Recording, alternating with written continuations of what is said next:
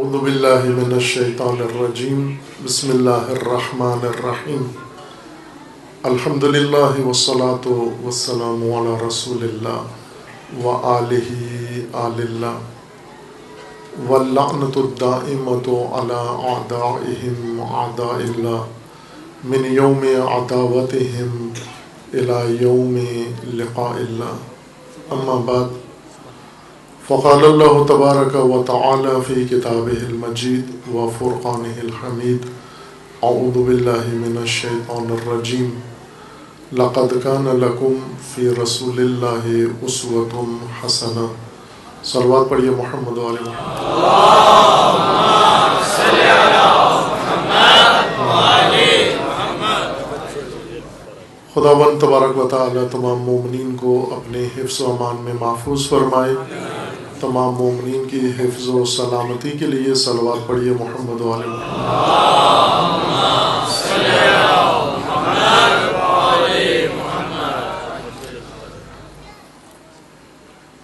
مجلس عزا ان ایام عزا میں ماہ سفر میں اور وہ بھی اس عزا خانے میں اور اس آستانے پہ ایام نزدیک ہیں اربعین سید الشہداء علیہ الصلوۃ والسلام کے، اور زائرین سید الشہداء پوری دنیا سے، پوری سرزمین سے، زمین کے ہر کونے سے اس وقت حرم سید الشہداء علیہ الصلوۃ والسلام میں حاضری کے لیے اور حرم نجف سے لے کر حرم کربلا تک کے درمیان اس سعی و مشی کے لیے روانہ ہو رہے ہیں۔ اگرچہ شیاطین کی مکاری مکر و دشمنی کے نتیجے میں عراق کے حالات آمدن کشیدہ کیے گئے ہیں تاکہ اربعین سید الشہداء کے انعقاد میں خلل ڈالا جا سکے، لیکن جس طرح ہر دفعہ شیطانی عمل ان کی رسوائی کا سبب بنتا ہے، امسال بھی انشاءاللہ پرچم حسین ابن علی سربلند رہے گا اور یہ شیاطین عالم عرب و غرب یہ سارے انشاءاللہ رسوا ہوں گے جس طرح تاریخ میں رسوا ہوتے آئے ہیں انشاءاللہ۔ ان تمام زائرین کی سلامتی کے لیے، حفاظت کے لیے اور حرم مقدس سید الشہداء کی حفاظت کے لیے آپ بارگاہ الہی میں جو توسل کریں، بلند آواز سے صلوات پڑھیے محمد و آل محمد۔ اللہم صل علی محمد و آل محمد وعجل فرجہم۔ زائرین اربعین کا موقع ہو یا اربعین کے علاوہ دیگر ایام میں حرم سید الشہداء علیہ الصلوۃ والسلام سے مشرف ہوتے ہیں، زیارت سید الشہداء اللہ تعالیٰ انشاءاللہ آپ سب کو نصیب فرمائے۔ اس زیارت کے اور مزار کے متعلق پہلے مفصل گفتگو کی ہے، لیکن بعض مطالب تکراراً پیش کرنے چاہیے، ہر دفعہ اور ہر وقت ان کو مقرراً پیش کرنا چاہیے۔ پہلے ایک مفصل گفتگو عشرۂ مجالس اس سلسلے کا زیارت سید الشہداء علیہ السلام کا کربلا بعنوان مکتب یا عاشورہ بعنوان مکتب سے زیارت سید الشہداء کے متعلق جو فرامین رسول اللہ کے ہیں صلی اللہ علیہ وآلہ وسلم اور ائمہ اطہار علیہم السلام سے مروی اور علماء کرام کے جو اقوال ہیں وہ ذکر کیے ہیں کہ یہ زیارت اور یہ حرم کیوں امت کا مرکز اور امت کے لیے اس کو ایک شعور کا، بیداری کا، آگہی کا، قیام و استقامت کا قبلہ کیوں قرار دیا گیا ہے، اس کو اس گفتگو میں مفصل ذکر ہوا ہے۔ انشاءاللہ مومنین کرام اس کی طرف رجوع کر سکتے ہیں، خصوصاً زائرین عظام جب جاتے ہیں اتنی مشکلات کو، اپنے ملک کے اندر بہت ساری مشکلات کا سامنا کرنا پڑتا ہے، پھر راستے میں انہیں بہت ساری مشکلات سے گزرنا پڑتا ہے، پھر زیارت کے اندر جا کر دشواریاں ہوتی ہیں۔ چونکہ اس وقت یہ خبروں میں آ رہا ہے کہ عراقی حکومت اور وہاں جو میزبان ہیں ان کے انتظامات کم پڑ گئے ہیں اور زائرین کی تعداد زیادہ ہے، اس حوالے سے بھی انہیں مشکلات درپیش ہوتی ہیں. لیکن ان سارے ماحول سے گزر کے وہاں جانے کا مقصد کیا ہے، کیوں جاتے ہیں ہم کربلا میں؟ ایک تو فلسفہ زیارت ہے جو عمومیت رکھتا ہے کہ آپ کسی بھی نبی کی زیارت، ان کے مزار کی زیارت، رسول اللہ صلی اللہ علیہ وآلہ وسلم کے روضہ مبارک کی زیارت، ائمہ اطہار علیہ السلام کے مشاہد مشرفہ اور حرم مقدسہ کی زیارت، یہ ایک ہی قانون اور حکمت کے تحت یہ زیارات ہیں. رسول اللہ کا اپنا بھی فرمانا ہے کہ جو میری رحلت کے بعد، وفات کے بعد میری زیارت کو آئے، اس کے لیے اجر اللہ تعالیٰ نے بہت عظیم رکھا ہے. اور ائمہ اطہار کی زیارات. لیکن ان تمام زیارات میں حرم سید الشہداء اور زیارت سید الشہداء کو ایک علیحدہ مستثنا مقام حاصل ہے. یہ زیارت اور باب سے، اور چیپٹر سے رکھی گئی ہے.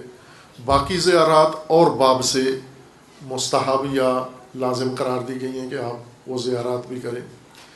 امام حسین علیہ السلام کی زیارت منفرد طور پر، باقی زیارات ایسے نہیں ہیں. نہ نجف کی زیارات، نہ کاظمین کی زیارات، نہ مشہد کی زیارات، ایران کی زیارات، اور نہ سامرا، اور نہ ہی مدینہ و بقیع کی زیارات کا وہ پہلو نہیں ہے جو خصوصیت کے ساتھ حرم سید الشہداء علیہ السلام کا ہے.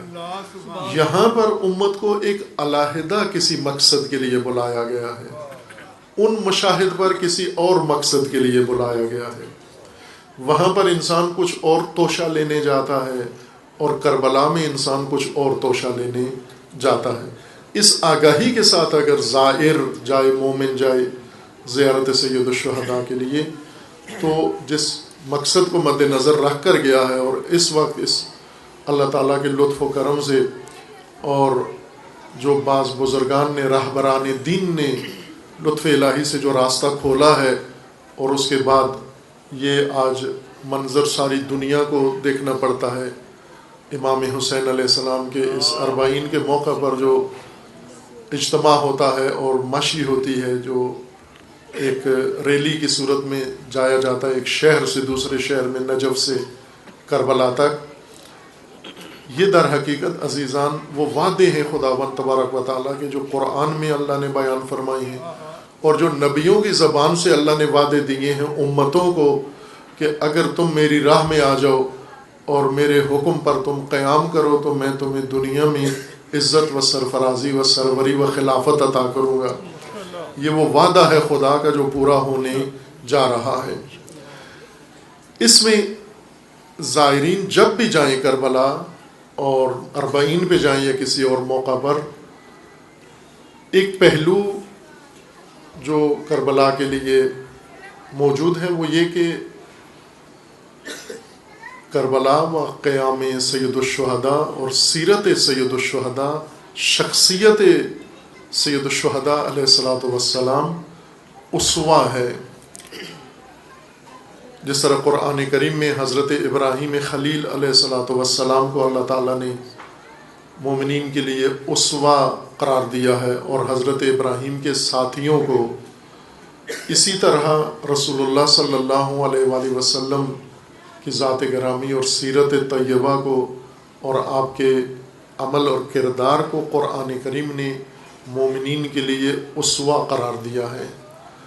سید الشہداء علیہ السلام کا اپنا خطبہ ہے جو ظاہراً روز عاشور امام علیہ السلام نے اس وقت وہاں موجود عمر سعد کے لشکر، یزیدی لشکر کے سامنے یہ خطبہ پیش کیا، چونکہ اس کے اندر مختلف قسم کے افراد شامل تھے اس لشکر کے اندر جو کوفہ سے آئے تھے. کچھ امام حسین کے دشمن تھے، کچھ بنو امیہ کے طرفدار تھے، حامی تھے، کچھ کرائے کے قاتل تھے، وہ کوئی سیاسی وابستگی نہیں رکھتے تھے، اور کچھ ایسے تھے جنہوں نے امام حسین علیہ السلام کو خط لکھے تھے کہ آپ آئیں، ہم آپ کی امامت میں قیام کرنے کے لیے تیار ہیں، اور وہ اپنا عہد توڑ کے، بے وفائی کر کے، اور آج اس لشکر میں قتل کرنے کے لیے بھی حاضر تھے. امام علیہ السلام نے ان کو خطاب کیا، ان سارے مختلف نوعیت کے اور مختلف طبقات سے تشکیل شدہ اس لشکر کو خطاب کیا، اور اس کے اندر انہیں مفصل جو خطاب کیا اس میں ایک جملہ یہ فرمایا، لکم فیا اسوا. بہت مختصر سا جملہ ہے، آپ اپنے موبائلوں میں اس کو ضبط کر سکتے ہیں، چونکہ ذہن تو آپ کے مصروف ہوتے ہیں، ذہن کی میموری میں اتنی جگہ نہیں ہوتی، لیکن موبائل میں ٹیکنالوجی نے آپ کو ایک مصنوعی ذہن دے دیا ہے جیب میں، جس میں آپ نے بہت کچھ ڈالا ہوا ہے، کلپ بھی ڈالے ہوئے ہیں اور بہت کچھ ڈالا ہوگا، ساری چیزوں کا میں نام نہیں لیتا، آپ کو خود پتہ ہے اس میں کیا کیا ہے. تو یہ بھی ایک جملہ ڈال لیں اس کے اندر، سید الشہداء علیہ الصلوۃ والسلام کا فرمان، اس خطبے کا ایک جملہ مختصر سا، لکم فیا اسوا. فیا سے لکھنا، فی کس طرح سے لکھنا ہے، فے یہ، اس کے اوپر شد ڈال کے یہ کے اوپر زبر ڈال دینی ہے تو فیا بن جائے گا. وہ الف نہیں لکھنا، فی ہا نہیں لکھنا، فی یا، فی اس کو یہ شد ڈال کے لکھیں گے تو فی پڑھیں گے فیا، یعنی میری ذات میں، میرے اندر، میری شخصیت میں، میرے کردار میں، میری سیرت میں تمہارے لیے اسوا ہے، میں تمہارے لیے اسوا ہوں.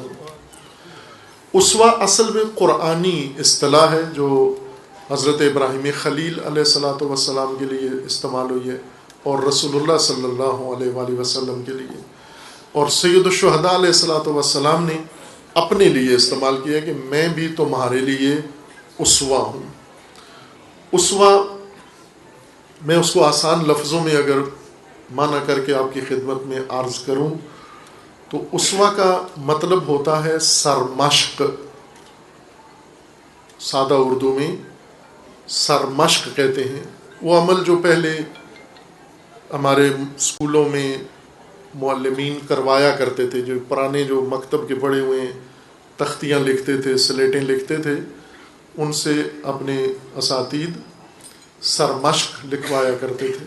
سرمشق معلم جو عبارت لکھتا ہے، جو جملہ لکھتا ہے بورڈ کے اوپر، بلیک بورڈ کے اوپر یا وائٹ بورڈ کے اوپر، اور اس کو دیکھ کر کلاس میں بیٹھے ہوئے طلاب شاگرد ہو بہو وہی تحریر اپنی کاپیوں پر لکھتے ہیں. جو طلاب لکھتے ہیں اس کو مشق کہتے ہیں. مشقیں، ہوم ورک جس کو آپ آج کل کہتے ہو، اس کو مشق کہتے تھے پہلے لوگ. اردو میں اس کو مشق کہتے ہیں، چونکہ اردو متروک زبان ہے، پاکستان کی معیوب زبان ہے، پاکستانی کو شرم آتی ہے اردو بولتے ہوئے، اور اس کو مشق کہنا ذرا توہین سمجھتے ہیں. اپنی ہوم ورک کہیں تو اس میں ذرا بڑا وزن آ جاتا ہے، اور شاگرد کو بھی لگتا ہے میں کوئی کام کر رہا ہوں. اگر اسے کہیں مشق لکھو تو وہ سمجھتے ہیں بیکار کوئی کام ذمہ لگا دیا گیا ہے. ہوم ورک اس کو کہیں تو وہ بڑا دلچسپی سے کرتا ہے کہ کوئی بڑا کام کر رہا ہوں. مشق وہ آموختہ ہے یا وہ عبارت ہوتی ہے جو سبق پکانے کے لیے، پختہ کرنے کے لیے، مضبوط کرنے کے لیے معلم شاگردوں کو دیتا ہے کہ آپ نے یہ مشق لکھنی ہے. وہ لکھنا شروع کرتے ہیں. کوئی 10 دفعہ لکھتا ہے ایک ہی بات کو. بس اگر پہلی کلاس کے بچے ہیں تو انہیں الف بے جیم تے لکھ کے دے دیتا ہے معلم، اور انہیں کہتا ہے کہ یہ 10 دفعہ الف بے لکھو اپنی کاپی کے اوپر، اپنی تختی کے اوپر. اگر بچہ ہوشیار ہو تو 10 دفعہ لکھتا ہے. اگر بچہ تھوڑا سا متوسط درجے کا ہو، ایوریج بچہ ہو، تو اسے کہتے ہیں تم 20 دفعہ لکھو. اور بالکل ہی اگر نکما ہو تو اس کو کہتے ہیں 100 دفعہ یہ مشق لکھو.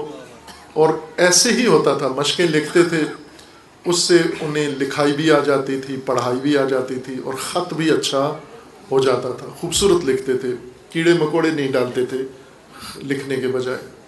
یہ وہ لوگ تھے جن سے مشقیں کروائی جاتی تھی، اور مشقیں کرنے والے کو کہتے ہیں مشاق.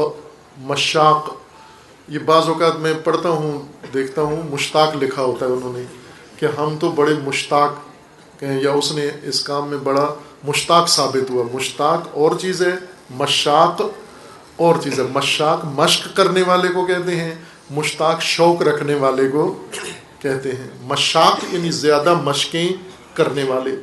یہ زیادہ مشقیں کرنے والے بہت پختہ ہو جاتے ہیں, بڑے ماہر ہو جاتے ہیں. جس طرح فوج کے اندر ان کو مشقیں کروائی جاتی ہیں, ایک ان کا کمانڈر آتا ہے, انسٹرکٹر آتا ہے, وہ انہیں جنگی حربے, اسلحہ اٹھانا, اسلحہ کھولنا, اسلحہ بند کرنا, اسلحہ لوڈ کرنا.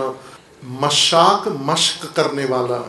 فوج کے اندر مشقیں لازمی تربیت کا حصہ ہیں.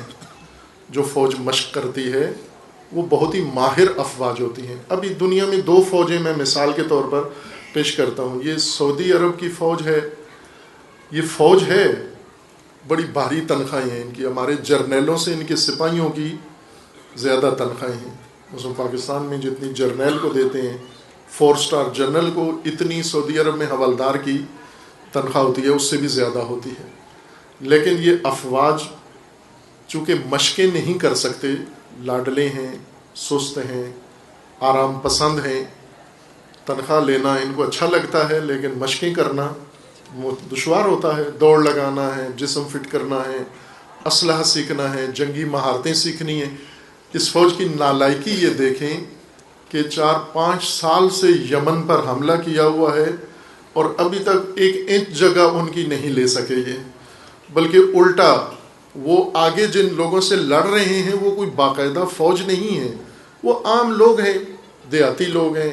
عام دیکھا ہے ان کو لباس بھی, وردیاں بھی نہیں ہیں, لنگی باندھے ہوئے ہیں, پاؤں میں چپل پہنا ہوا ہے, سر پہ کچھ بھی نہیں ہے, ایک کپڑا گلے میں ڈالا ہوا ہے, اور سعودی فوجی اس کو دیکھتے ہی اس کے چھکے چھوٹ جاتے ہیں. وہ فوجی نہیں ہیں لیکن مشقیں اس نے کی ہوئی ہیں. یہ فوجی ہے لیکن مشقیں نہیں کی ہوئی ہیں. تو مشقیں اگر کر لے تو ایک چھوٹا سا دستہ بڑی بھاری فوج کو زیر کر سکتا ہے. اور اگر تنخواہیں بھاری بھاری لے لیں, وظیفے بھاری بھاری لے لیں, لنگر دبا کے کھائیں اور مشقیں نہ کی ہوئی ہوں, تو یہ فوج لڑنے کے قابل نہیں ہوتی.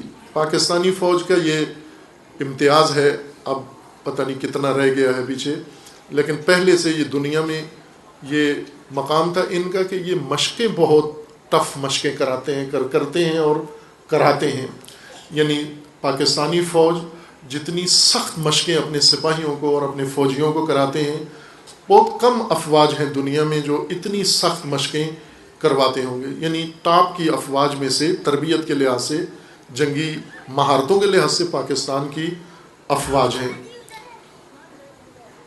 اس لیے سعودی عرب کو یہ بہت پسند ہے یہ فوج ہماری. وہ جب بھی کوئی اس کو تکلیف پہنچتی ہے, دباؤ آتا ہے, فوراً ادھر آ جاتے ہیں, چونکہ انہیں پتہ ہے کہ بہت مضبوط فوج ہے. یہ مشقیں کرتے ہیں, اس وجہ سے ہوتی ہے. سارا سال اپنے سپاہیوں کو مشقوں میں رکھتے ہیں. عملی مشقیں ہیں. جو پڑھ رہے ہوتے ہیں ان کے لیے درسی مشقیں ہیں, جو میدانی لوگ ہیں, افواج ہیں, ان کے لیے عملی مشقیں ہیں. مشق سرمشق کے بغیر نہیں ہو سکتی.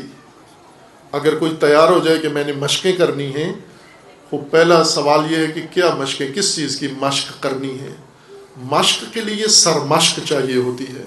سرمشق وہ عمل جو ایک پیشوا, ایک رہبر, ایک معلم, ایک انسٹرکٹر پہلے کرتا ہے, کر کے دکھا, چونکہ وہ اس کو عبور حاصل ہوتا ہے, وہ مسلط ہوتا ہے اس کام کے اوپر, اس کو مہارت ہوتی ہے اس کام کی, وہ ماسٹر ہوتا ہے اس کام کا, اس کے لیے یہ کام بہت آسان ہوتا ہے, لہٰذا وہ آسانی سے یہ کام کر دیتا ہے.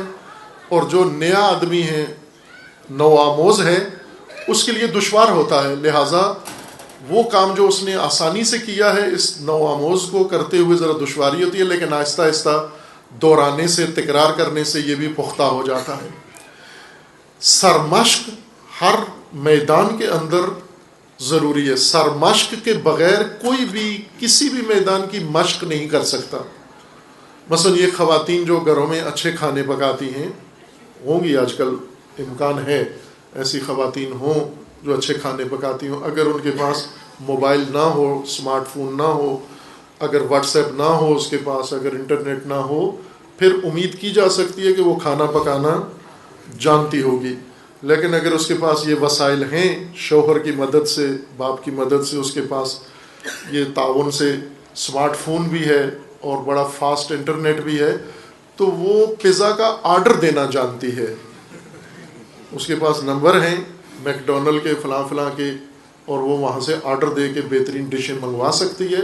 پکا نہیں سکتی وہ، لیکن جو اچھا پکاتی ہیں گھروں کے اندر کھانا، یہ وہ بچیاں ہیں، خواتین ہیں جنہوں نے کسی گھر کی بڑی خاتون کے زیر سایہ پکانے کی مشقیں کی ہیں. اور وہ جو کرتی تھی بزرگ خاتون گھر کی قدبانو، اس نے سرمشق بتائی ہے ان کو. وہ جو کرتی تھی کہ اس طرح سے کاٹا کرو سبزی، اس طرح سے بنایا کرو، یہ ترکیب ہے، اتنا وقت دیا کرو، وہ سرمشق ہے. اور اس کے تحت جو اس کی اولاد ہے، بچی ہے اس کی یا بہو ہے، اس کو جو سکھا رہی ہے یہ مشق کرتی ہے. خوب مشقیں کی ہوئی، اگر مشق کیا ہوا آدمی آپ دیکھیں اسے کہیں کھانا بنائے، چائے بنائے، تو علیحدہ پتہ چل جائے گا آپ کو کہ اس نے پکانے کی مشقیں کی ہوئی ہیں. اور اس کو کوئی سرمشق کروائی گئی ہے، اس کے سامنے وہ عمل رکھا گیا ہے جس کو اس نے تکرار کیا ہے، دہرایا ہے. آپ میں سے، ہم میں سے ہر ایک کے اندر ایک مہارت یا کئی مہارتیں موجود ہیں. یہ مہارتیں جو ابھی جوانی میں، نوجوانی میں یا بڑھاپے میں آپ کے اندر ہیں، یہ ساری مہارتیں کسی سرمشق کے مطابق مشق کرنے سے آپ کے اندر آئی ہیں. مثلا ابھی بہت سارے ہیں جو تقریر کرنا جانتے ہیں، اچھی تقریر کرتے ہیں. ان کے اندر کیسے اچھا ملکہ پیدا ہوا، تقریر کرنے کا صلاحیت پیدا ہوئی؟ مشق کرنے سے. بار بار آئے، سٹیج پر آئے، ابتدا میں جھجک کے ساتھ بولتے تھے، ڈر کے ساتھ بولتے تھے، خوف کے ساتھ بولتے تھے، اٹک اٹک کے بولتے تھے، لیکن آہستہ آہستہ ان کی گفتگو میں روانی آ گئی، پختگی آ گئی، خود اعتمادی آ گئی، اور آج ایک بہترین ماہر خطیب بن گئے ہیں، متاثر کرتے ہیں لوگوں کو اپنی سخنوری سے. تو انہوں نے سخندانی اور سخنرانی کے لیے مشق کی ہے. مشق کس کو کی ہے؟ کہ کسی کی سرمشق انہوں نے اپنے سامنے رکھی ہے. مثلا یہ مدرسے کے طلاب جامعہ عروہ میں نہیں ہوتا، یہ اپنی خلاقیت سے سیکھتے ہیں سارا کچھ.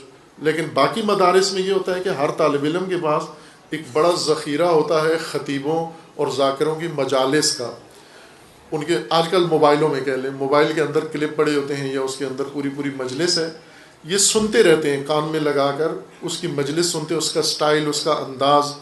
مثلا ہمارے خطیب بھی مختلف قسم کے ہیں، پاکستان انڈیا کے بہت ہی جارحانہ خطابت والے خطیب ہیں. پوری دنیا میں اتنی جارحیت خطابت میں نہیں ہوتی. پھپھڑے کے زور سے، پسلی کے زور سے اور میدے کے زور سے خطابت کرنا یہ صرف پاکستان میں ہوتا ہے. باقی سب بیان کے زور سے ہوتی ہے خطابت. ابھی عزیز نے، پیرزادہ نے آپ کے سامنے قرآن کی آیت پڑھی ہے، خلق الانسان علمہ البیان. اللہ کی بہت بڑی نعمت ایک خدا نے انسان کو خلقت کے بعد بیان کی خلقت دی ہے، بیان دیا ہے. بیان یعنی اپنی بات کو دوسرے تک پہنچا دینا، آسان ترین انداز میں دوسرے کو اپنی بات سمجھا دینا، اس کو بیان کہتے ہیں. یہ بیان کی قوت سے خطابت ہوتی ہے. آپ بڑے بڑے نامور خطیب دنیا کے اس وقت بھی موجود ہیں، شرق و غرب میں موجود ہیں، عرب و عجم میں موجود ہیں. ان کی خطابت کے نمونے سنے، بڑے ٹھہرے ہوئے اور متین انداز میں، سلجھے ہوئے انداز میں گفتگو کرتے ہیں اور لوگوں کو مسحور کر دیتے ہیں. جیسے ایک جادو انہوں نے کر دیا ہے مجمع کے اوپر، اس طرح سے گفتگو کرتے ہیں. بالکل خطابت میں پھیپھڑا استعمال نہیں ہوتا، میدا استعمال نہیں ہوتا، پسلیوں کی دوبارہ مالش کی ضرورت نہیں پڑتی. لیکن ہمارے خطیبوں کو مالشی رکھنا پڑتا ہے ساتھ، اس کے بعد اٹھ کے پٹھے چڑھ جاتے ہیں. ویسے تو دوڑنے سے پٹھے چڑھتے ہیں، لیکن جو انداز پاکستان میں ہے اس سے بھی پٹھا چڑھ سکتا ہے. کوئی بھی خرابی جسم میں پیدا ہو سکتی ہے. گولیاں رکھتے ہیں، سٹیج پہ گوڑ رکھا ہوتا ہے، سٹیج پہ نمک رکھا ہوتا ہے، اور کیا کیا چٹکلے جیب میں ان کے رکھے ہوتے ہیں تاکہ اپنا گلا مینٹین رکھیں. آپ مشق کریں سخنوری کی تو سخنران بن جاتا ہے انسان. اسی طرح جو پختہ شعر لکھتے ہیں، انہوں نے ایک شاعر کو مد نظر رکھا ہوتا ہے. خطیبوں نے کسی بڑے نامور خطیب کی مجلسیں اکٹھی کی ہوتی ہیں، کوئی بھی جو خطابت میں بہت اچھے ہیں. اب بہت اچھے خطیب پاکستان میں گزرے ہیں جو خطابت کے فن کے لحاظ سے اچھے تھے. میں نام نہیں لیتا چونکہ ان کی خطابت کا مواد بالکل اچھا نہیں تھا، لیکن انداز بہت خوبصورت تھا ان کی خطابت کا. نام اس لیے نہیں لیتا کہ پھر آپ کہو گے فلاں کی تائید کر دی اور آپ جو کچھ انہوں نے کہا ہے. مواد گفتگو کا علیحدہ موضوع ہوتا ہے، انداز علیحدہ موضوع ہے. بعض بہت غلط مواد پیش کرتے ہیں بڑے خوبصورت انداز کے ساتھ، اور بعض ایسے ہیں جو بہت اچھا مواد پیش کرتے ہیں بڑے غلط انداز کے ساتھ، بے ڈھنگے انداز کے ساتھ. تو انداز جو ہے وہ مشقوں سے بنتا ہے، مواد مطالعے سے بنتا ہے، فکر سے بنتا ہے اور تعلیم سے بنتا ہے. تعلیم نہ ہو تو مواد نہیں ہوتا انسان کے پاس. یہ جو سینے سے مواد نکلتا ہے یہ بالکل بلغم کی طرح ہوتا ہے. سینے سے جیسے بلغم نکلتا ہے، بعض سینے سے مواد نکالتے ہیں تو بلغم کی طرح ہی ہوتا ہے. وہ اس میں دوسرے کے لیے کوئی دلچسپی نہیں ہوتی، بلکہ اس کو کراہت محسوس ہوتی ہے کہ یہ منہ سے کیا نکال رہا ہے. سینے کے محفوظات سے نہ بولا کرو، کتاب پڑھو، تعلیم حاصل کرو، کوئی بنیاد بناؤ اپنی، اور پھر اس کے بعد آؤ. بے شک لوگوں کو آ کر خطابت کے جوہر دکھاؤ، خطابت کا انداز بھی خوبصورت ہو. کہنا یہ چاہ رہا تھا کہ اچھے خطباء جو آپ جن سے متاثر ہیں انداز سے، انہوں نے بہت مشقیں کی ہیں. اگر کسی سے پوچھ لیں کہ آپ ایک دن مجلس نہ پڑھو، صرف یہ بتاؤ کہ خطیب کیسے بنے ہو، تو وہ آپ کو بتائے گا. پھر آپ کو حیرانگی ہوگی کہ یہ شیشے کے آئینے کے سامنے بیٹھ کر خطابت کرتا ہے، یہ میز ڈائننگ ٹیبل پہ بیٹھ کر بھی خطابت کرتا ہے، یہ بس میں بیٹھا ہوا ہو تو بھی خطابت کر رہا ہے، یہ جدھر ہے اور اس کے کان میں کسی کا سرمشق ہے. جس طرح کی ادائیگی اس کی ہے اسی طرح کی اس کی ہے. یہی سرمشق ہے خطابت کی. وہ ماہر خطیب، بڑا خطیب، اور یہ اس کی کاپی کرتا ہے اور مشق کرتا ہے. عملاً زندگی میں ہم لوگ مثلاً جو زندگی بسر کر رہے ہیں تو ہر ایک لاشعوری طور پر کسی سرمشق کے تحت ہے جو ہم زندگی گزار رہے ہیں. یہ مشق ہے ہماری، اور ہم کسی کی سرمشق کو دیکھ کر ایسا کر رہے ہیں. سرمشق کا میں اگر ترجمہ کروں انگلش میں، تھوڑا سا میں نے سرچ کی، ڈکشنری دیکھی کہ سرمشق کی انگریزی کیا بنتی ہے. آپ چونکہ یہ آپ کی موضوع ہے، مجھے انگلش نہیں آتی، تو آپ کوئی مدد کریں گے اس سے پہلے کہ میں کوئی غلط ترجمہ کر دوں. مجھے یقین ہے آپ کو سمجھ نہیں آ رہی ہے بات، چونکہ سرمشق اردو لفظ ہے، فارسی لفظ ہے، اور یہ زبان یار من ترکی و من ترکی نمی دانم. ہمارے جو قائد اعظم ہیں جنہوں نے ہمیں یہ نعمت دی ہے، وطن دیا ہے، ملک بنا کے دیا ہے، قیادت کی ہے، وہ بھی اردو نہیں بولتے تھے، انگلش بولا کرتے تھے. تو ظاہر قائد کی زبان ہی انگریزی تھی تو ہماری زبان بھی انگریزی ہی ہونی ہے. پھر اوپر سے مولانا آئے سر سید صاحب، انہوں نے تو شریعت کی مہر لگا دی کہ تم نے جنت جانا ہے انگریزی کے ذریعے، اردو بولو گے جہنم میں جاؤ گے. اور یہ بات ہم نے پلے باندھ لی ہے کہ اردو بول کے ہم کبھی جنت میں نہیں جا سکتے. اس لیے ابھی ہم اسکول کے بچوں کی تعلیم کے لیے انگلش ٹیچر ایک مانگتے ہیں تو 100 آ جاتے ہیں انٹرویو دینے کہ جی ہم ایم فل انگلش میں ہیں، پی ایچ ڈی انگلش میں ہیں، کم از کم تعلیم بھی ایم اے انگلش ہوتے ہیں.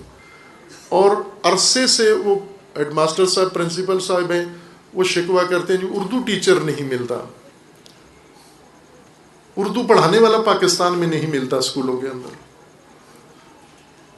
اول تو اردو پڑھتے نہیں ہیں، اردو میں سبجیکٹ کے طور پر لیتے نہیں ہیں، لے بھی لیں تو پرچہ پتہ نہیں کیسے پاس کر لیتے ہیں. اردو کی کوئی شدھ بدھ نہیں ہوتی، کوئی خبر نہیں ہوتی. وہ یہ ایک المیہ ہے ہمارا کہ اصلی ہماری جو زبان بن گئی ہے وہ اور بن گئی ہے. باہر کے ترجمہ ہوگا تو بات آپ کے پلے پڑے گی، کھلے گی، اس وقت آپ کے چہروں سے لگ جائے گا کہ بات آپ کو سمجھ میں آ رہی ہے. سرمشق کی انگلش پوچھی تھی میں نے آپ سے.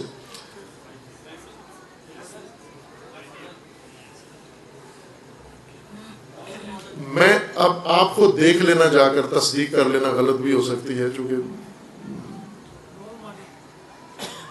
رول ماڈل سرمشق نہیں ہے.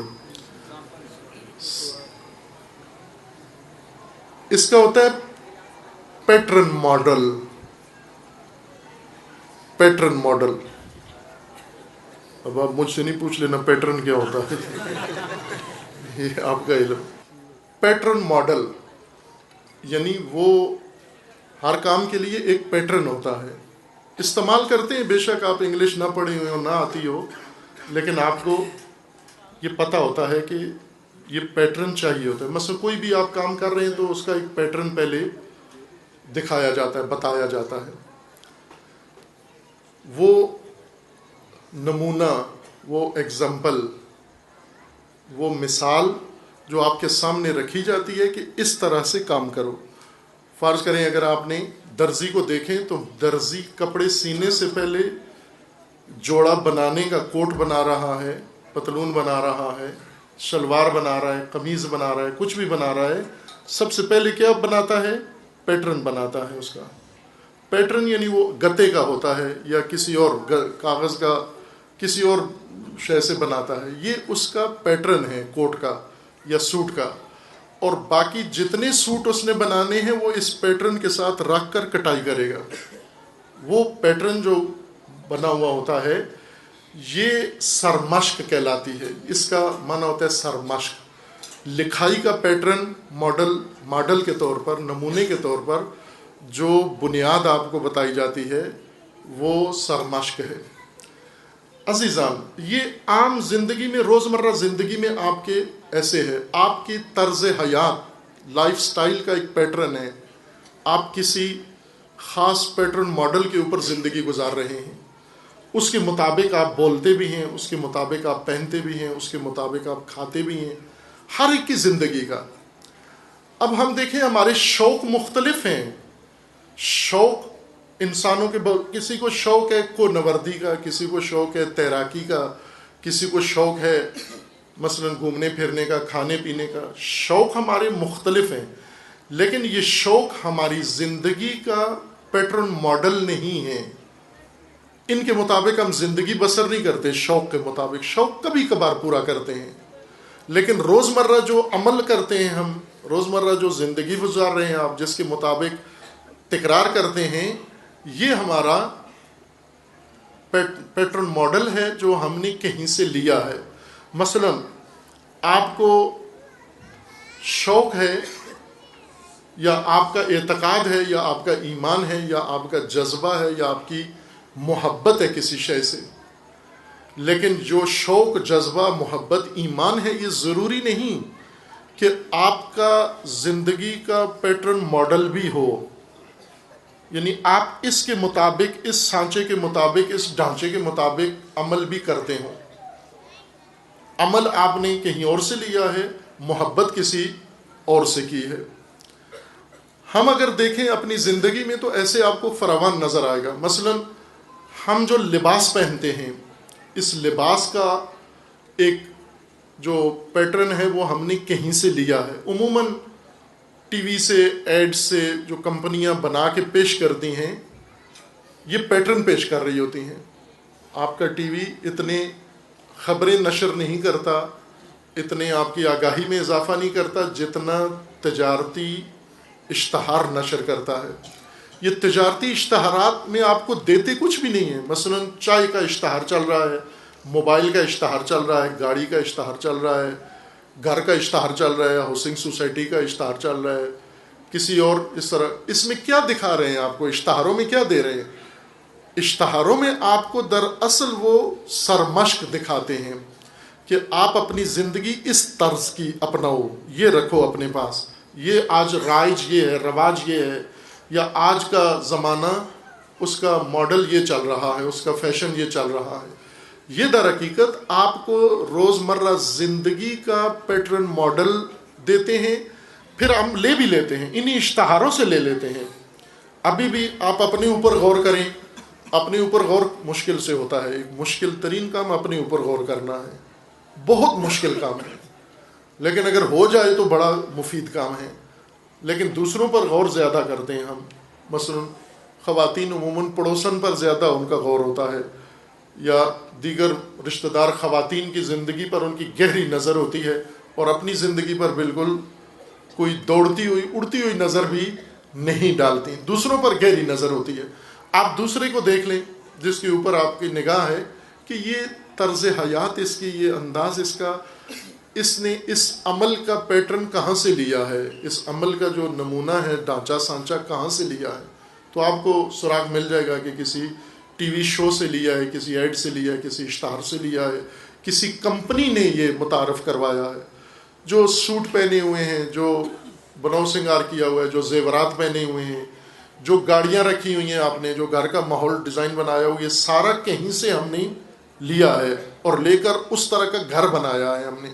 مثلا ہمارے گھر میں کوئی آ جائے ایسا شخص جو یہ سرمشق کو پہچانتا ہو، سرمشق کی پہچان رکھتا ہو، تو اسے پوچھنے کی ضرورت نہیں ہے کہ آپ کیا کرتے ہو. وہ صرف آپ کے گھر کا پیٹرن دیکھ لے گا آ کے اور پھر اسے آخر تک ساری بات سمجھ میں آ جائے گی.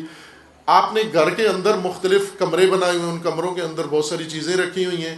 اگر ایک ایسا دانا انسان آ جائے جو ظاہر کو دیکھ کر پیٹرن سمجھ جاتا ہے کہ کیا تھا، تو آپ کے پورے گھر کا، پوری زندگی کا، پوری سٹائل لائف سٹائل کا آپ کو اندازہ لگا کے ابھی بتا سکتا ہے کہ آپ کے گھر میں یہ ہوتا ہے، یہ موجود ہے، کیونکہ آپ کا طرز حیات یہ بتاتا ہے. اسی گھر میں رہنے والے اگر ان سے پوچھیں جی کہ آپ کو ہمدردی کس سے ہے، تو ہمدردی بہت سارے لوگوں سے ہے، لیکن جن سے ہمدردی ہے ان کی زندگی کا ہم نے کوئی نمونہ اپنے گھر میں رائج نہیں کیا ہوا. ہمدردی ان سے ضرور ہے. مثلا ہمیں ہمدردی ہے اپنے کسی رشتہ دار سے، اس رشتہ دار کا کوئی اثر ہمارے گھر میں نظر نہیں آتا. ہمیں محبت ہے اپنے کسی رشتہ دار سے، اپنے کسی عزیز قریبی سے، جس سے محبت ہے، اس کا کوئی نمونہ ہمارے گھر کے اندر نظر نہیں آتا. وہ ہماری زندگی کا، ہمارے خاندانی زندگی کا وہ پیٹرن ماڈل نہیں ہے. ہم نے یہ پیٹرن کہیں اور سے لیا ہے اور گھر کے اندر محبت و شوق یہ کسی اور کا پال رکھا ہے. یہ تمہید اس لیے عرض کی تھی عزیز من کہ آپ کی زندگی کو، آپ کے روزمرہ کام کو اور زندگی کے ہر شعبے کو، ہر عمل کو ایک نمونے کی ضرورت ہے، ایک پیٹرن ماڈل کی ضرورت ہے. اس کے بغیر آپ زندگی نہیں گزار سکتے. رول ماڈل اسوہ ہے اور ہے، پیٹرن سرمشق کی بات ہو رہی ہے. تھوڑا سا ذہنوں کو حاضر رکھیں. سرمشق، ابھی رول ماڈل الگ بیان کروں گا، ابھی پیٹرن ماڈل کی بات ہو رہی ہے. پیٹرن ماڈل میں نے مثال بھی دی ہے، درزی کا وہ سانچہ جو گتے کا کاٹ کے اس نے دکان کے اندر لٹکایا ہوا ہے. یہ جو جس کے اوپر آپ جاتے ہیں، کہتے ہیں جی میرا سائز لو، قمیض بناؤ، میرے لیے کوٹ بناؤ، جیکٹ بناؤ، وہ کہتے ہیں بسم اللہ آئیے، آپ کا ناپ لے کے آپ کو نکال دیتا ہے دکان سے. پھر اس کے بعد میز کے اوپر وہ پیٹرن رکھتا ہے، اس کے اوپر کپڑا رکھ کے اور اسی طرح سے کاٹ کے آپ کا سوٹ بنا دیتا ہے. یہ سرمشق ہے. آپ سرمشق کے بغیر کچھ نہیں کر سکتے. اور یہ جو دنیاوی امور ہیں، مثلا اب یہاں اظہار کر دوں صراحت کے ساتھ ہی، اشارے کافی نہیں ہوتے، چونکہ جو آپ کی مصروفیات ہیں، جو آپ کے ذہنی حالت ہے، اس میں اشارے نہیں چلتے ہیں.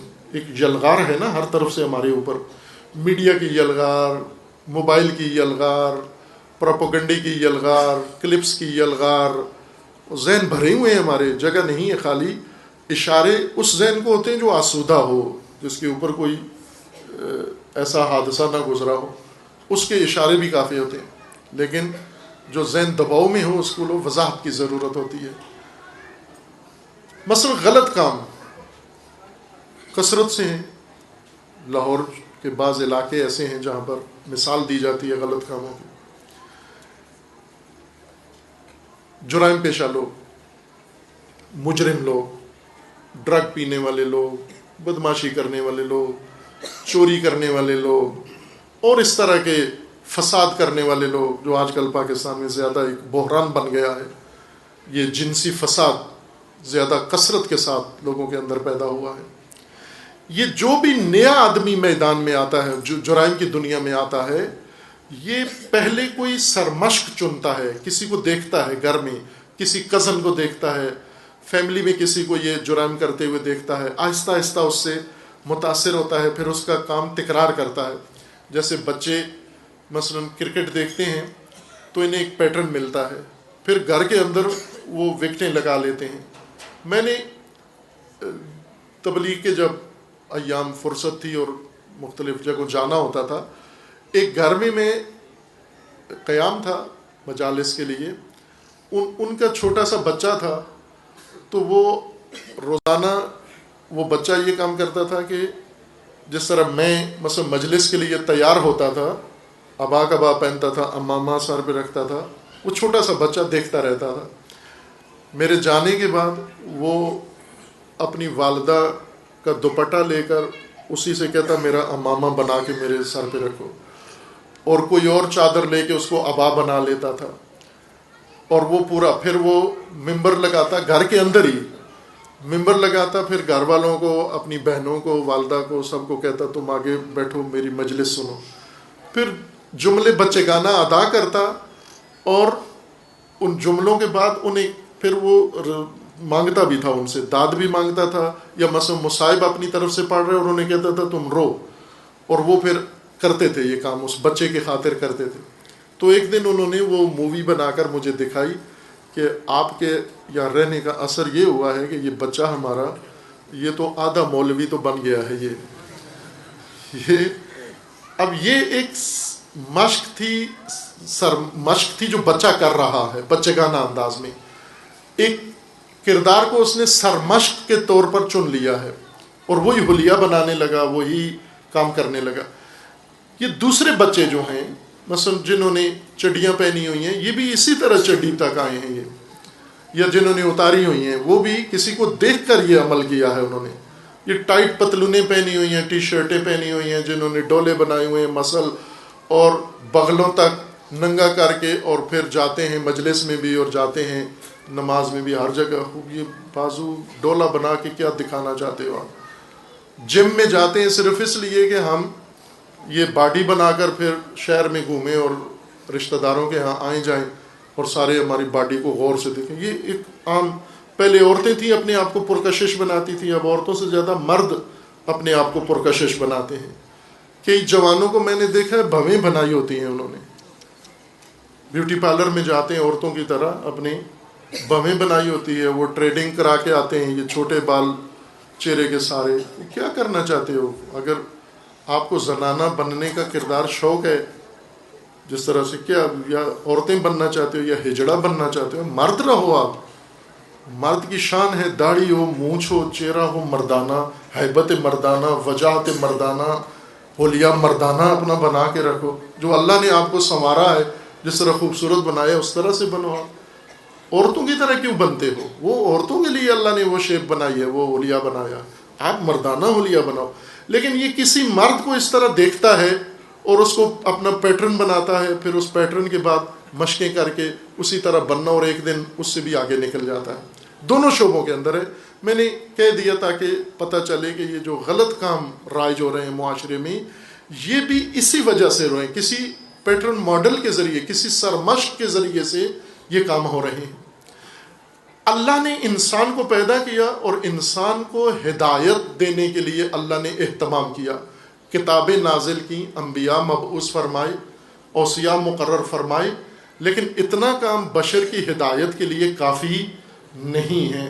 کتاب آسمانی کا آ جانا، نبی کا مبعوث ہو جانا، وصی کا مقرر ہو جانا، اتنا انسان کو ہدایت کرنے کے لیے کافی نہیں ہے، بلکہ اس سے آگے کی ضرورت ہے کہ یہ جو تعلیمات دین کی ہیں، قرآن کی ہیں، یا جو تعلیمات انبیاء کی ہیں، یا جو تعلیمات اوصیاء کی ہیں، جو کچھ انہوں نے فرمایا ہے، یہ سارا ایک عملی صورت میں ایسے انسان کے سامنے پیش کیا جائے، اور وہ عملی صورت بھی ایسے ہو کہ انسان اس کو دیکھ کر تکرار کر سکے، اس کو دیکھ کر ویسا عمل کر سکے، ویسا کردار بنا سکے۔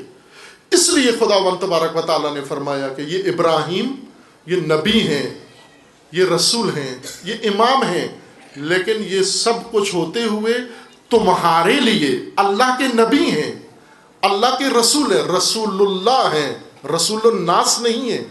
آپ نے کسی جگہ بھی یہ نہیں دیکھا ہوگا کہ یہ رسول الناس ہیں، یہ رسول عوام ہیں، یہ رسول قوم ہیں، یہ رسول مملکت ہیں، نہ، یہ رسول اللہ ہیں، اللہ کے رسول ہیں۔ تمہارے کیا ہیں؟ تمہارے لیے اسوہ ہیں۔ تمہارے لیے سرمشق ہیں. اللہ نے ان کو بنایا، ان کی زندگی اس سرمشق کو اللہ نے بنایا ہے اور بنا کر آپ کے سامنے رکھا ہے، اور یہ آپ کے سامنے زندگی گزاریں گے. 60 سال 70 سال زندگی گزاریں گے. دشواریاں بھی دیکھیں گے، آسانیاں بھی دیکھیں گے، گرمیاں بھی دیکھیں گے، سردیاں بھی دیکھیں گے، دوستیاں بھی دیکھیں گے، دشمنیاں بھی دیکھیں گے، یہ ناگواریاں بھی دیکھیں گے، یہ خوشگواریاں بھی دیکھیں گے. آپ کا کام ہے کہ نظریں جما کے رکھو ان کے اوپر، نظریں جما کے رکھو، نظریں ہٹانا نہیں. کیوں؟ اس لیے کہ تم نے جو کچھ کرنا ہے وہ تکرار ہوگا اسی کا جو کچھ انہوں نے کرنا ہے. تم نے وہی کرنا ہے، اس کے علاوہ کچھ کیا تو وہ ہدایت نہیں سمجھا جائے گا. اگر جو کچھ نبی نے کیا، جو کچھ امام نے کیا، جو کچھ اسوہ نے کیا، اگر تم نے وہی کیا پھر تو تم ہدایت کی راہ پر ہو، پھر تو تم ہادی کے ساتھ ہو.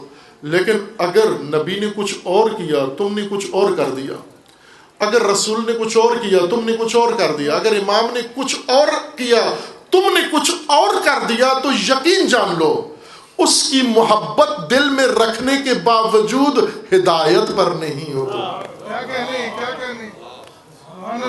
ہدایت پر نہیں ہو. کیوں؟ کہ تمہاری عملی زندگی کا پیٹرن ماڈل ان سے نہیں لیا گیا. تم نے زندگی کا پیٹرن ماڈل کہیں اور سے لیا ہے، محبت ان سے کی.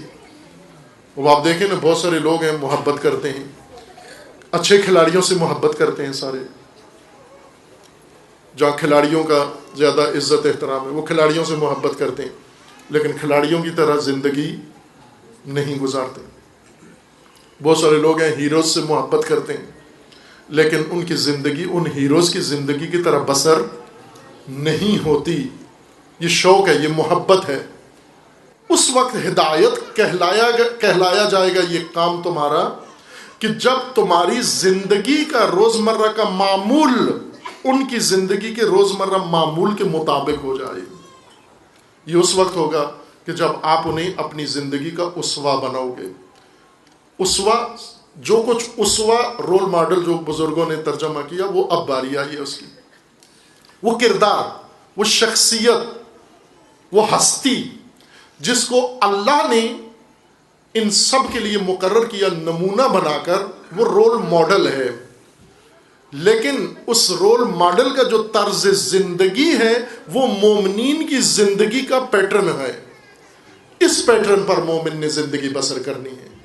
ورنہ ایک دن اکٹھے ہو کے امام حسین کے لیے محبت کا اظہار کر دینا، اور جب محبت کا اظہار کرنے آئے ہو، جو حلیہ بنا کر آئے ہو، جو پیٹرن اختیار کیا ہے وہ حسینی نہیں ہے، وہ حسینی نہیں ہے، لیکن آئے ہو حسین ابن علی کو رونے کے لیے. محبت کی تو تصدیق ہو جائے گی کہ بس آنا تمہارا گواہی ہے کہ تمہارے اندر محبت ہے، لیکن اقتداء نہیں کی، پیروی نہیں کی، اپنی زندگی کا پیٹرن وہ نہیں بنایا. امام علی سے محبت ہے تمہیں، امام علی سے محبت.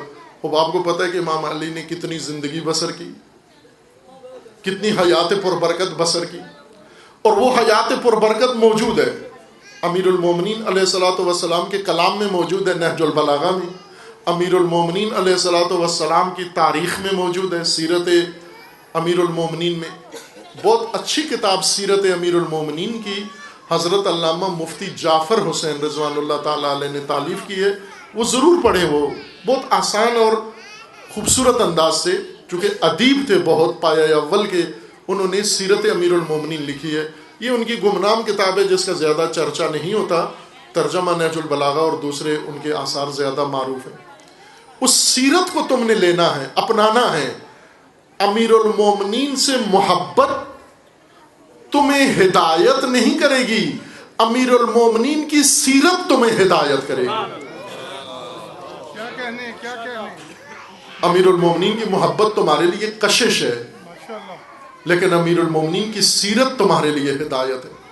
عزیزان، اب تمام ائمہ کی تاکید ہے بالاتفاق، رسول اللہ صلی اللہ علیہ وآلہ وسلم سے لے کر امام عصر اجل اللہ تعالی فرج و شریف تک تمام معصومین نے، ائمہ ہدا نے بالاتفاق مومنین کو رہنمائی کی ہے کہ تم زندگی میں کربلا ضرور جاؤ، زیارت حسین ابن علی کے لیے ضرور جاؤ۔ بلکہ اس حد تک تاکید ہے کہ بعض فقہا کا یہ فرمانا ہے کہ ہمیں اتنی روایات سے یہ اندازہ ہوتا ہے کہ گویا زیارت امام حسین علیہ السلام واجب ہے انسان کے اوپر، گویا واجب ہے زندگی میں ایک دفعہ زیارت امام حسین پہ جائیں۔ کس لیے جائیں؟ نہ اس فلسفے کے مطابق جس کے مطابق باقی زیارات ہیں، متبرک ہونے کے لیے، صرف حاضری لگانے کے لیے، فقط ادائے احترام کے لیے، فقط آداب بجا لانے کے لیے، یا حصول ثواب کے لیے، یا حصول تبرک کے لیے جائیں۔ باقی زیارات میں انسان اس لیے جاتا ہے، لیکن امام حسین علیہ السلام کی زیارت پہ کیوں جائیں؟ تمام معصومین نے فرمایا، مثلا یہ نہیں کہا ہماری زیارت کو آئیں، امام حسین علیہ السلام کی اولاد میں سے جو ائمہ اطہار ہیں انہوں نے بھی یہ نہیں فرمایا کہ ہماری زیارت کو آؤ، فرمایا امام حسین کی زیارت کو جاؤ۔ کیوں جاؤ؟ کیوں جاؤ زیارت کو؟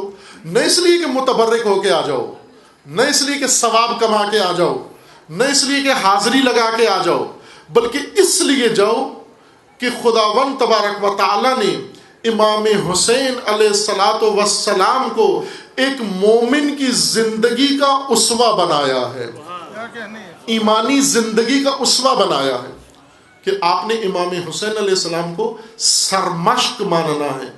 آپ کربلا میں کس لیے جاتے ہو؟ عزیزان آپ کو بہت کچھ نظر آتا ہے کربلا میں اللہ تعالیٰ نے توفیق دی، آرزو ہے پھر خدا توفیق دے انشاءاللہ، زیارات کے لیے گئے۔ ایک عالم دین، بہت اچھے عالم دین جو عرصے سے سالہ سال سے زیارات کے کاروان لے کے جا رہے تھے اور اچھی زیارات کرواتے تھے، ان کے کاروان میں ہمیں موقع ملا اور زیارات کے لیے گئے۔ انہوں نے بہت اچھے انداز سے زیارات کروائیں، تمام زیارات جو چھوٹے چھوٹے دور دراز شہروں میں بھی تھیں وہاں لے کر گئے، ایک ایک جگہ کی انہوں نے تشریح کی، حرم دیکھے، مزار دیکھے، خوبصورت زریاں بنی ہوئی دیکھیں، وہاں بہت عالیشان کام دیکھا۔ اب تو اس سے بھی بڑھ گیا ہے، حرم وسعت آ گئی ہے ان کے اندر اور زیادہ خوبصورتی اور زیادہ گنجائش پیدا ہو گئی ہے، لیکن اس وقت بھی کم نہیں تھی۔ جب یہ ساری زیارات ختم ہو چکی تو میں نے اس بزرگ کی خدمت میں عرض کیا کہ جناب یہ جو آپ نے ہمیں دکھایا ہے، میں تختیاں پڑھتا گیا ہوں جگہ جگہ ایک طالب علم کی حیثیت سے، کہ یہ کب بنا یہ حرم، کس نے بنایا یہ حرم، کس عہد میں بنا یہ حرم۔ تو وہاں تختیاں جگہ آپ بھی جائیں تو جگہ جگہ لگی ہوئی ہیں تختیاں کہ یہ کس عہد میں بنا، معمار کون تھا، انجینئر کون تھا، حکومت کس کی تھی، بادشاہ کون تھا، شہنشاہ کون تھا، کس کے حکم سے، کس کے سرمائے سے یہ حرم بنا۔ تو جہاں بھی دیکھا کسی جگہ پر صفوی بادشاہوں کا نام لکھا ہوا تھا کہ یہ عمارت صفوی بادشاہوں نے بنائی ہے، کسی جگہ قاجاری شہنشاہوں کا نام لکھا ہوا تھا، کسی جگہ پر پہلوی شہنشاہوں کا نام لکھا ہوا تھا، باہر کے جگہ جگہ۔ تو میں نے انہیں کہا کہ جو دکھایا ہے آپ نے یہ تو شاہوں کی بنی ہوئی عمارتیں دکھائی ہیں، اور میں تو حسین ابن علی کی کربلا دیکھنے آیا تھا۔ آپ ایسا نہیں ہو سکتا کہ مجھے حسین ابن علی کی کربلا دکھائیں، یہ تو شاہوں کے، یہ گولڈن دروازے، یہ سب کچھ عمارتیں، یہ ٹائلیں، یہ کاشی، یہ شیشے، یہ تو سب اس زمانے کے، یہ گزشتہ زمانے کے معماروں نے اور شاہوں نے یہ اپنی عقیدت کا اظہار کرتے ہوئے یہ سب کچھ بنایا۔ میں نے یہ دیکھا کہ معمار نے یہاں کیا کیا کربلا کے حرم میں، میں نے یہ دیکھا کہ فلاں شاہ نے کیا کیا کربلا کے حرم میں، لیکن مجھے یہ تو بتا کہ حسین ابن علی نے کیا کیا اس حرم میں۔ لبیک یا حسین، لبیک یا حسین، لبیک یا حسین، لبیک یا حسین، لبیک یا حسین، لبیک یا حسین، لبیک یا حسین، لبیک یا حسین، لبیک یا حسین، لبیک یا حسین۔ درود امام زمانہ بلند تک صلوات۔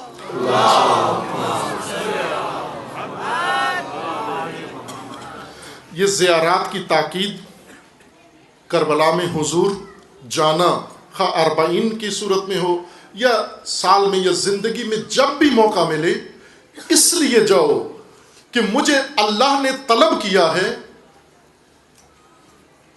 کچھ سرمشق دکھانے کے لیے. سرمشق وہ جو معلم لکھتا ہے، اسوہ، رول ماڈل، جو پیٹرن بناتا ہے. ایک ہوتا ہے نا، ایک معمار، ایک انجینئر پیٹرن بناتا ہے، پھر ساری دنیا اس پیٹرن پر آگے اپنی عمارتیں بناتی ہے. ایک خلاق ذہن پیٹرن بناتا ہے اور پھر اس پیٹرن کے مطابق باقی سارے اس کے نمونے کو اپنا کے اپنی ضرورتیں پوری کرتے ہیں. خلاق عالم نے ہدایت کے لیے نبی بھیجے، ولی بھیجے، اوصیاء بھیجے، جو آسمانی ہدایت کو لے کر ان لوگوں تک پہنچائیں، انہیں شیاطین سے دور کریں، انہیں بتوں سے دور کریں، انہیں شرک سے دور کریں، انہیں طاغوتوں سے دور کریں. یہ سب انبیاء کی تعلیم کا خلاصہ تھا. لیکن یہ سب کچھ کریں کیسے؟ طاغوت سے کس طرح سے اللہ کے بندے طاغوت کی بندگی سے نکل کر اللہ کی بندگی میں کیسے آ جائیں. انبیاء کرام نے جو کچھ اللہ سے پیغام لیا وحی کے ذریعے اور امتوں کو پہنچایا، پہنچ تو گیا، سمجھ تو گئے، لیکن اس کو عملی کیسے کریں؟ اس کے لیے ایک سرمشق کی ضرورت تھی. کوئی کر کے دکھائے کہ اس طرح سے کرو. اور وہ ہستی، وہ اسوہ خداوند تبارک و تعالیٰ نے چنا حسین ابن علی کی شکل میں چنا. اور یہ اسوہ دکھانا ضروری ہے تمہارے عزیزان من. حسین ابن علی نے سرمشق لکھی ہے. عام معلم روشنائی سے سرمشق لکھتا ہے، کسی رنگ کے چاک سے بورڈ کے اوپر سرمشق لکھتا ہے، اور بچہ قلم سے اپنی کاپی پر اس کی مشق کرتا ہے.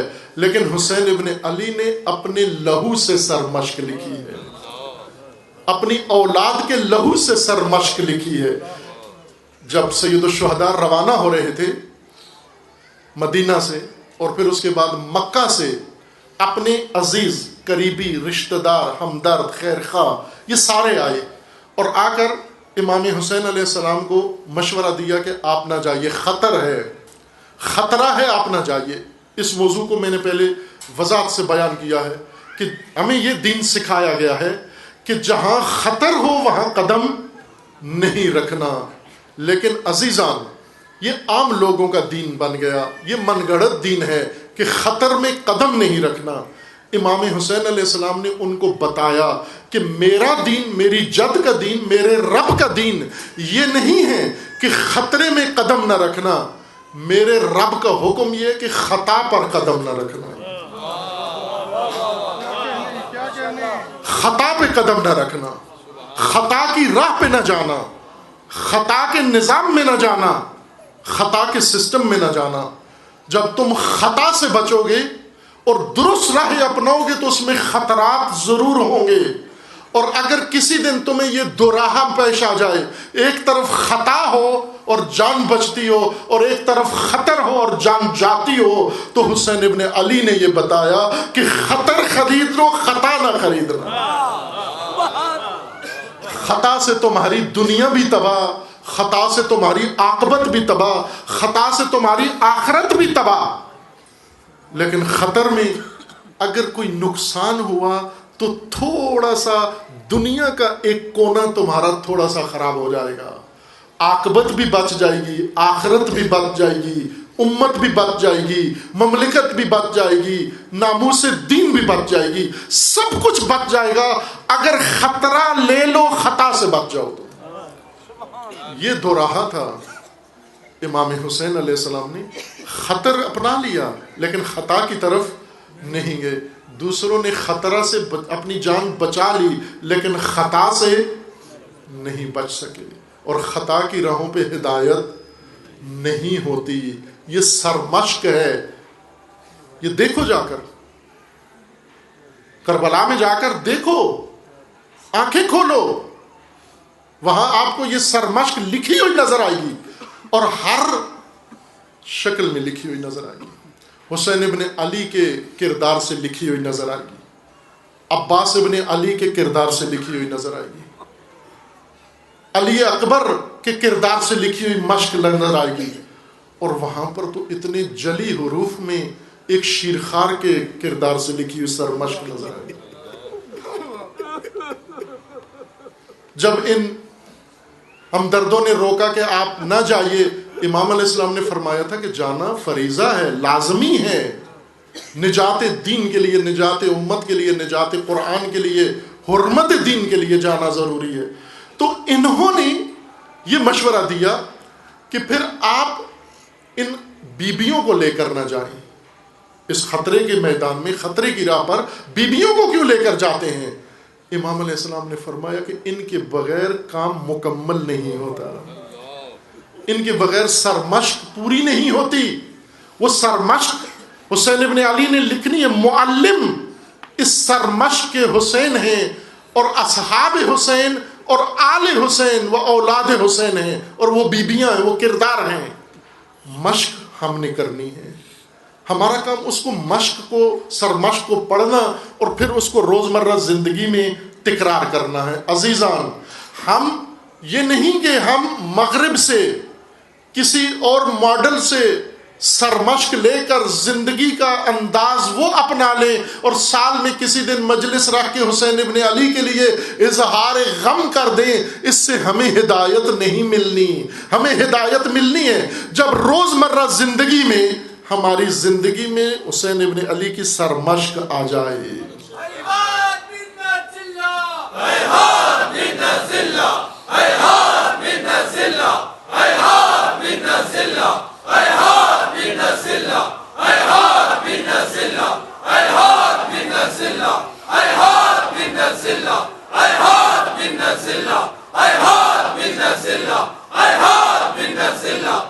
اس مقصد کے لیے کربلا طلب کیا گیا ہے، اس مقصد کے لیے یہ مجالس ہیں. ان مجالس کا اصلی فریضہ یہی ہے کہ یہ سرمشق حسین ابن علی مومنین کو بتائیں، تاکہ یہ مومنین دوسری سرمشق مٹا دیں، غلط سرمشق مٹا دیں، اور اپنے گھروں میں، اپنی زندگیوں میں، اپنی مملکت میں، اپنی قوم میں فقط ایک سرمشق زندہ رکھیں، حسین ابن علی کی. اور اگر یہ سرمشق کی مشقیں کر لی تم نے، تو پھر دیکھ لو کہ جنہوں نے نام حسین کا لیا لیکن مشقیں حسین کی سرمشق کے مطابق نہیں کی، ساری زندگی ذلت میں بسر کی، لیکن جنہوں نے آ کر حسین ابن علی کا ذکر بھی کیا، محبت بھی کی، غم بھی کیا، سوگ بھی کیا، لیکن ساتھ امام کو اپنا سرمشق بھی مانا اور امام کے قیام کو اپنے لیے سرمشق بھی مانا، آج خدا نے ان کو عزت کا کیا مقام عطا کر دیا.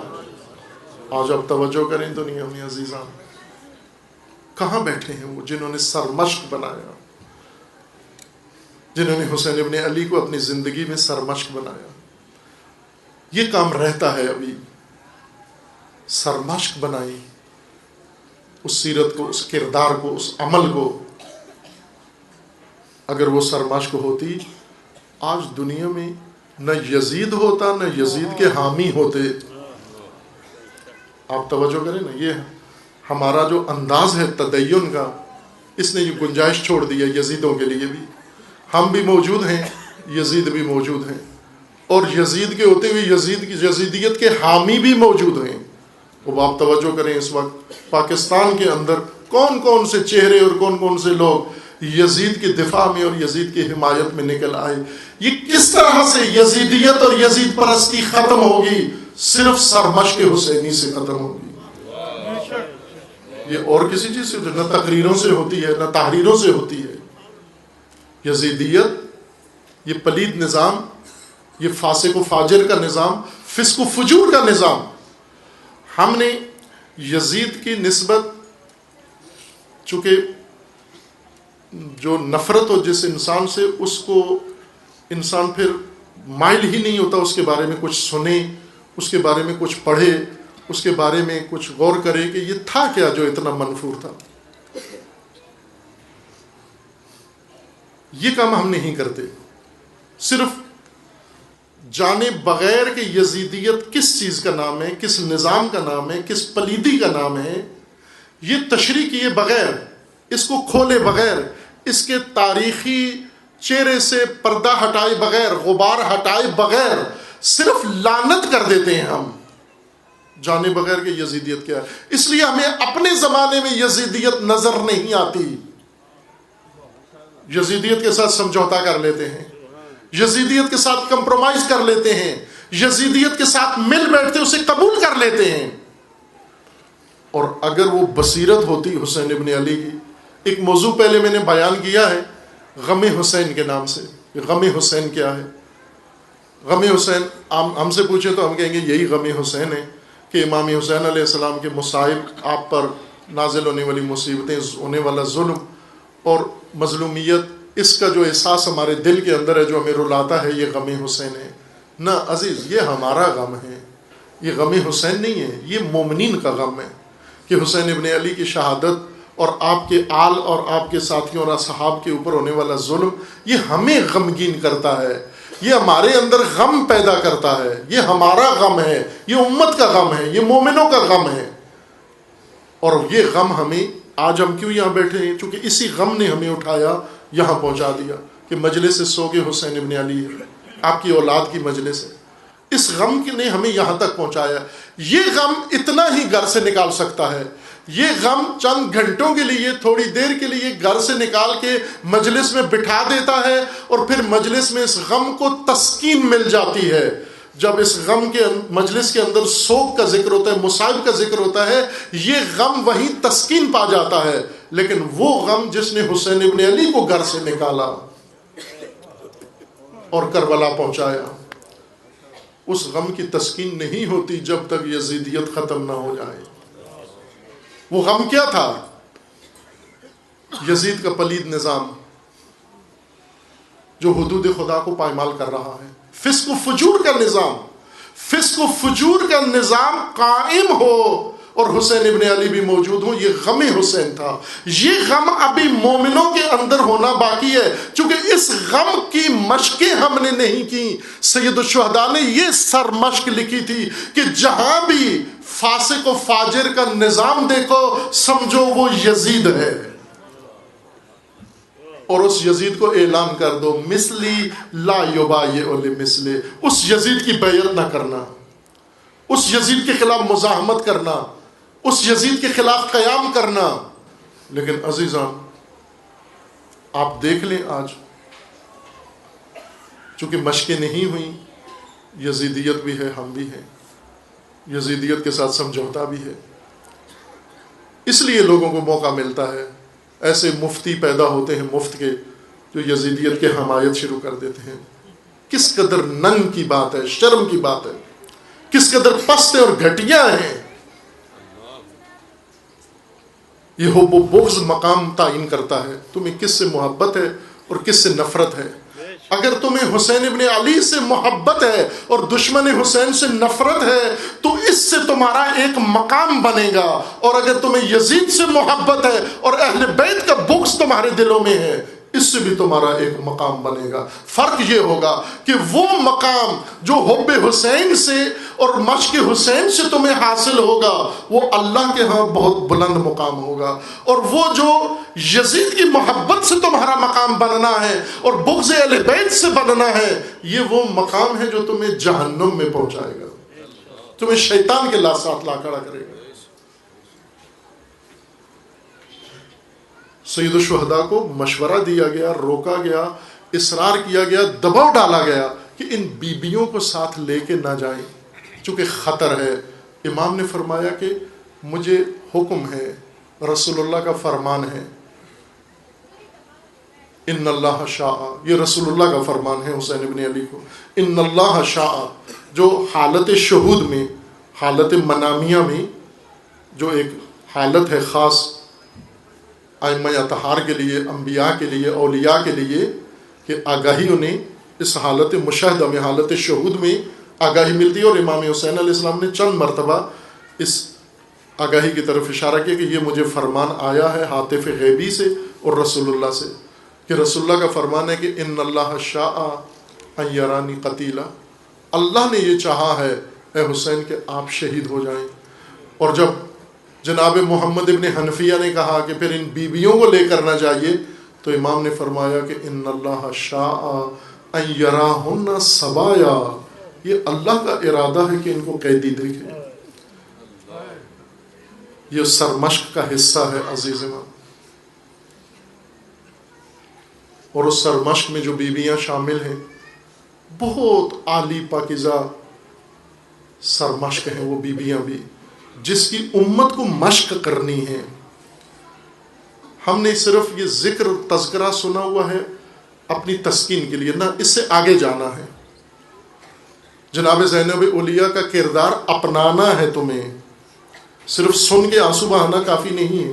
وہ زینبی کردار اپنانا ہے تم نے، حسینی کردار اپنانا ہے تم نے. اور وہ ایک ایک کر کے جو کردار کربلا کے اندر موجود تھا سید الشہداء کے ہمراہ، وہ ایک ایک کردار اپنانا ہے آپ نے. یہی سرمشق ہے، اسی لیے زیارت پہ جائیں، اسی لیے 40 ہے، اسی لیے وہاں جانا ضروری ہے.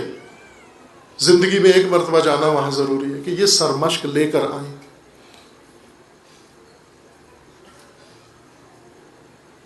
اس سرمشق میں ایک کردار، بہت عالی کردار، جو بنت حسین کا ہے، جنہیں یہاں بر صغیر میں سکینہ بنت حسین کہتے ہیں اور تاریخ انہیں رقیہ بنت حسین کہتی ہے.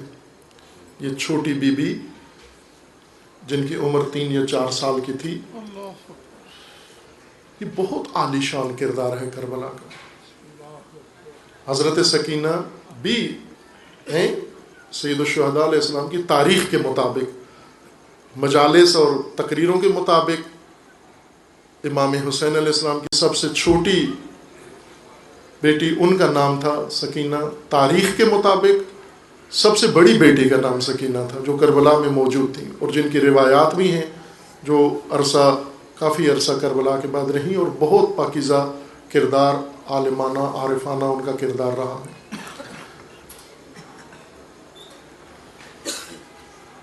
یہی بی بی جن کا مزار شام کے اندر ہے، دمشق کے اندر ہے، اور ان کے مزار کے اوپر بھی لکھا ہوا ہے بی بی رقیہ. نام کا فرق نہیں پڑتا، آپ بے شک جو رائج نام ہے اسی سے آپ تذکرہ کرتے رہے. سکینہ کہیں، کوئی نام سے کوئی حقیقت تبدیل نہیں ہوتی. آگاہی رہے ہمیں تاریخ کے متعلق. یہی بی بی یہ بہت استقامت کا کردار ہے. سید الشہداء کو اس بی بی سے بہت محبت تھی. امام کا فرمانا ہے کہ مجھے وہ گھر بہت پسند ہے، اس لیے پسند ہے کہ اس میں سکینہ اور رباب رہتی ہیں، اس لیے یہ گھر مجھے بہت پسند ہے. امام فرماتے ہیں کہ جب میں آتا ہوں اس گھر میں اور میری نگاہ اس بی بی پر پڑتی ہے، میری تھکن اتر جاتی ہے، میری پیاس بجھ جاتی ہے، مجھے بہت سکون ملتا ہے. یوں نہیں تھا کہ صرف بی بی بابا سے بہت انس رکھتی تھی اور چاہتی تھی بابا کے سینے سے لپٹیں. بی بی سے زیادہ حسین ابن علی کی چاہت ہوتی تھی اس بی بی کو اپنے سینے سے لگا کے رکھے. بی بی اس کمسینی کی عمر میں جو کمسینی کا احساس ہے وہ تھا، لیکن حسین ابن علی کے اندر یہ نگاہ کچھ اور تھی. عزیزان یہ بی بی پورے سفر میں امام کے ساتھ رہی، ایک ڈھارس بن کر. کس قدر لہجہ لہجہ جو خبریں آ رہی تھیں، کبھی شہادت حضرت مسلم کی خبر، کبھی شہادت ہانی کی خبر، کبھی کسی قاصد کی شہادت کی خبر راستے میں آتی رہی. اور پھر اسی طرح کربلا میں پہنچے، پھر پانی بند ہوا، پھر سختیاں بڑھیں، دشواریاں بڑھیں. ان سب کے اندر سید الشہداء علیہ الصلوۃ والسلام اپنے معمولات میں ایک معمول یہ تھا کہ اس بی بی کے پاس آتے، اس بی بی کی طرف خصوصی توجہ رکھتے، اس بی بی کو اپنے سینے سے لگاتے. سید الشہداء کو بہت سکون ملتا تھا. اس لیے جب امام آخری نبرد کے لیے عصر عاشور خیام سے روانہ ہوئے، بیویوں کو ودا کر کے سلام کر کے ایک ایک بیوی کو نصیحتیں کر کے وصیحتیں کر کے جب امام نے خیمے کو چھوڑا اور اپنے راہوار پر سوار ہوئے ذوالجناح پر، امام نے گھوڑے کو ایڑ لگائی میدان کی طرف جانے کے لیے. جنگی گھوڑے سدائے ہوئے ہوتے ہیں، تربیت یافتہ ہوتے ہیں، انہیں پتہ ہوتا ہے جنگی ہیں، چونکہ ان کا کام ہی یہی ہوتا ہے. سوار جب بیٹھ جائے تو انہیں اندازہ ہو جاتا ہے کہ اب چلنا ہے اور مقتل میں اور میدان میں جانا ہے، چونکہ وہ اسی مقصد کے لیے تربیت دی جاتی ہے. امام جب گھوڑے پہ سوار ہوئے، ایڑ لگائی، گھوڑا چلا نہیں، آگے قدم نہیں اٹھایا. امام علیہ السلام نے خطاب کیا اپنے راہوار کو، اس مرکب کو خطاب کیا کہ مجھے معلوم ہے تو صبح سے میرے ساتھ مقتل میں آ رہا ہے اور جا رہا ہے. جو انصاری شہید ہو جاتا، جو ہاشمی شہید ہو جاتا، جب وہ ندا دیتا الیہ الیہ یا مولا، تو امام اسی راہوار پر سوار ہو کر مقتل میں جاتے اور اسی پر اس شہید کی لاش کو لا کر گنج شہداء میں رکھتے. امام نے فرمایا مجھے معلوم ہے تو صبح سے میرے ساتھ مقتل میں آ رہا ہے، جا رہا ہے، تھک گیا ہے، خستہ ہو گیا ہے، اور مجھے یہ بھی معلوم ہے تو بھوکا بھی ہے، تو پیاسا بھی ہے. میں مزید تجھے زحمت نہیں دوں گا، بس یہ آخری دفعہ مجھے مقتل میں لے جا، پھر اس کے بعد تیری تکلیف ختم ہو جائے گی، تیرا کام تمام ہو جائے گا، میں مقتل سے واپس نہیں آؤں گا. اور پھر دوبارہ یہ کہہ کر گھوڑے کو ایڑ لگائی، لیکن قدم نہیں اٹھایا. امام علیہ السلام نے دیکھا کہ یہ قدم نہیں اٹھا رہا اور مسلسل زمین کی طرف دیکھ رہا ہے. امام علیہ السلام نے اس راہوار کی نگاہوں کا تعاقب کیا تو وہ اپنے نیچے پاؤں میں دیکھ رہا تھا. جب امام کی نگاہ گھوڑے کے پاؤں پہ پڑی تو پھر امام سے زین چھوٹ گئی. امام زین سے اتر کے زمین پہ آ گئے. اور کیا منظر تھا، بہت قیامت کا منظر تھا. یہ منظر ہر ایک درک نہیں کر سکتا. عزیزان، کبھی ہوا ہے آپ خطر میں نہیں، جنگ کے لیے نہیں، شہادت کے لیے نہیں، جب کبھی گھر سے باہر ذرا زیادہ عرصے کے لیے جاتے ہو تو بچوں کو کس طرح ودا کر کے جاتے ہو، بچوں سے کس طرح دور ہوتے ہو؟ یہ بات تو وہی سمجھ سکتے ہیں کہ جن کے گھر میں کوئی لاڈلی بیٹی ہو جو اپنے باپ کے بغیر نہ رہ سکتی ہو، اور اسے ماں نے بتا دیا ہو کہ تیرا باپ کچھ دنوں کے لیے جا رہا ہے، تو بچی کی حالت دیکھنے کی ہوتی ہے. پہلے ضد کرتی ہے مجھے بھی ساتھ جانا ہے، اور پھر کہتی ہے نہ جاؤ، مجھے تنہا چھوڑ کے نہ جاؤ. عزیزان، یہ تو وہ بی بی ہے جو سب کچھ جانتی ہے، سب کچھ جانتی ہے. گھوڑے کی ٹانگوں سے لپٹ کر بہن کر رہی ہے، گھوڑے کو خطاب کر کے کیا کہہ رہی ہے؟ فرما رہی ہے میرے بابا کے گھوڑے، میرے بابا کو لے کر نہ جانا. میں صبح سے دیکھ رہی ہوں، جو بھی گیا واپس نہیں آیا، میرے بابا کو لے کر نہ جانا. اور پھر بی بی فریاد کر کے رو کے کہتی ہے میرے بابا کے گھوڑے، تجھے معلوم ہے میرا بابا بہت خستہ ہے، صبح سے مقتل سے لاشیں اٹھا اٹھا کے لا رہا ہے. میرے بابا کے گھوڑے، جب میرے بابا کو اتارنا تو کسی نرم جگہ پر اتارنا، میرے بابا کو سخت جگہ پہ نہ اتارنا. اور بی بی کیا فرماتی ہے؟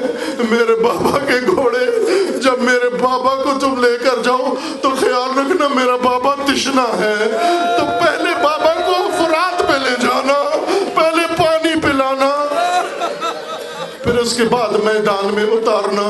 سید الشہداء نے جب یہ دکھیا بہن سنی، بی بی کو گھوڑے کی ٹانگوں سے جدا کیا، اپنے سینے کے ساتھ لگایا اور فرمایا میری بیٹی، اگر تو اسی طرح دکھیا بہن کرتی رہی، تیرا بابا میدان میں نہیں جا سکے گا. ماں زہرا منتظر ہے، نانا رسول منتظر ہیں، بابا علی منتظر ہیں. میری بیٹی تو یہاں نہ رو، تیرا رونا یہاں نہیں ہے، تجھے اور آگے بڑے مقامات پہ رونا ہے، تجھے بازاروں میں رونا ہے، تجھے درباروں میں رونا ہے، تجھے زندانوں میں رونا ہے. بیٹی کو لے کر سید الشہداء نے جناب زینب علیہ کے سپرد کیا اور فرمایا بہنوں میری بیٹی کا خیال رکھنا، میری بیٹی کا دھیان رکھنا، یہ میرے بغیر رہ نہیں سکتی. بی بی جب سونے کا وقت آ جائے تو میری بیٹی کو اپنے سینے پہ سلا لینا، یہ بابا کے سینے پہ سونے کی عادی ہے۔ یہ کہہ کر سید الشہداء نے بی بی کو حوالے کیا، جناب زینب اولیاء کے حوالے کیا اور میدان کی طرف روانہ ہوئے۔ چند قدم ابھی میدان کی طرف امام بڑھے کہ آپ پیچھے سے امام کو قدموں کی آواز آئی، آہٹ محسوس کی۔ امام علیہ السلام نے گھوڑے کا رخ موڑا، لگام موڑی، کیا دیکھا کہ جناب زینب اولیاء خیمے سے باہر آ گئی ہیں اور امام کے پیچھے پیچھے قدم اٹھاتے جا رہی ہیں۔ سید الشہداء نے جب بی بی کو دیکھا تو فرمایا میری بہنا ابھی خیمے سے باہر نہیں آنا، جب تک حسین زندہ ہے خیمے سے باہر نہیں آنا، میری بہنا خیمے کے اندر رہو۔ بی بی خیمے کے اندر واپس آ گئی اور ستون خیمہ کو تھام کے کھڑی ہو گئی۔ امام روانہ ہو گئے۔ عزیزان، امام علیہ السلام جب میدان میں گئے، علی کے تشنا بیٹے نے جنگ شروع کی اور تکبیر لگاتے اللہ اکبر۔ جب تکبیر کی آواز جناب زینب اولیاء کو سنائی دیتی تو بی بی اپنے دل میں کہتی الحمدللہ میرا بھیا بھی زندہ ہے۔ پھر تکبیر کی آواز آتی اور بی بی شکر خدا کرتی میرا بھیا زندہ ہے۔ لیکن عزادارو ایک وقت ایسا آیا کہ جب تکبیر بند ہو گئی اور شور و غل اٹھا، بی بی سمجھ گئی اب میرا بھیا جنگ نہیں کر رہا، اب زین پر نہیں ہے۔ بی بی نے خیمہ چھوڑ دیا اور جا کر اس ٹیلے پر کھڑے ہو کر وہ منظر دیکھا جو قیامت کا منظر تھا، جو عرش ہلانے والا تھا۔ شمر لعین خنجر لہراتا ہوا آتا ہے، امام کا سر سجدے میں ہے، یہ لعین آ کر اپنا زانو خم کر کے امام کی پشت پہ رکھتا ہے اور پس گردن سے آوار کرتا ہے اور بی بی فریاد کرتی ہے واہ حسینہ، واہ مظلومہ، واہ محمدہ، واہ علیہ، واہ مصیبتہ، ماتم حسین۔